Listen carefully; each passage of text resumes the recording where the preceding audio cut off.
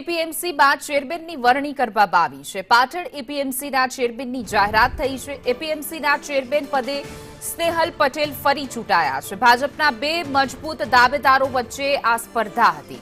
મોહન પટેલ અને સ્નેહલ પટેલ વચ્ચે ટક્કર, તો ભાજપ હાઈકમાન્ડે સ્નેહલ પટેલને મેન્ડેટ આપ્યું। આગામી 2.5 વર્ષ માટે હવે સ્નેહલ પટેલ રહેશે ચેરમેન પદે। તો ચેરમેન પદે નામ જાહેર થતા સર્જાયા ભાવુક દ્રશ્યો।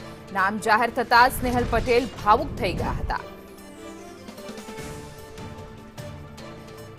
તો એપીએમસીના ચેરમેનની વરણી કરવામાં આવી છે। સ્નેહલ પટેલ એપીએમસીના ચેરમેન બન્યા છે। જો કે ભારતીય જનતા પાર્ટીએ સ્નેહલ પટેલને જ મેન્ડેટ આપ્યું હતું। હવે 2.5 વર્ષ માટે સ્નેહલ પટેલ ચેરમેન તરીકે યથાવત રહેશે। ભાજપના બે મજબૂત દાવેદારો વચ્ચે સીધી સ્પર્ધા અને ટક્કર હતી। મોહન પટેલ અને સ્નેહલ પટેલ વચ્ચે ટક્કર હતી। જો કે સ્નેહલ પટેલ ચેરમેન તરીકે ચૂંટાયા છે। વધુ વિગતો સાથે અમારા સંવાદદાતા વિષ્ણુ ઠાકોર જોડાઈ ગયા છે। જે વિષ્ણુ, એપીએમસીમાં સ્નેહલ પટેલ ચેરમેન બન્યા છે।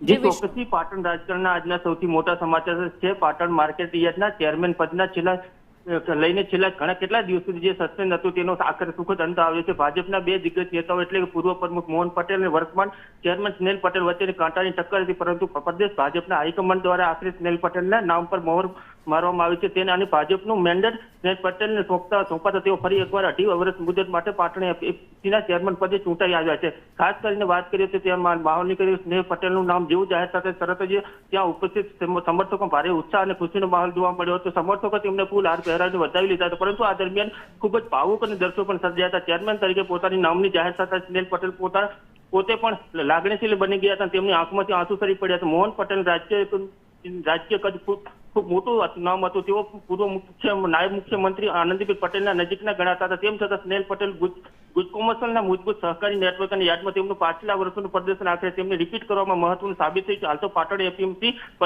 પરિસરમાં સ્નેહલ પટેલનું સમર્થકો દ્વારા જીતની જોરદાર ઉજવણી કરવામાં આવી રહી છે। જી વિષ્ણુ, સમગ્ર માહિતી બદલ આપનો આભાર।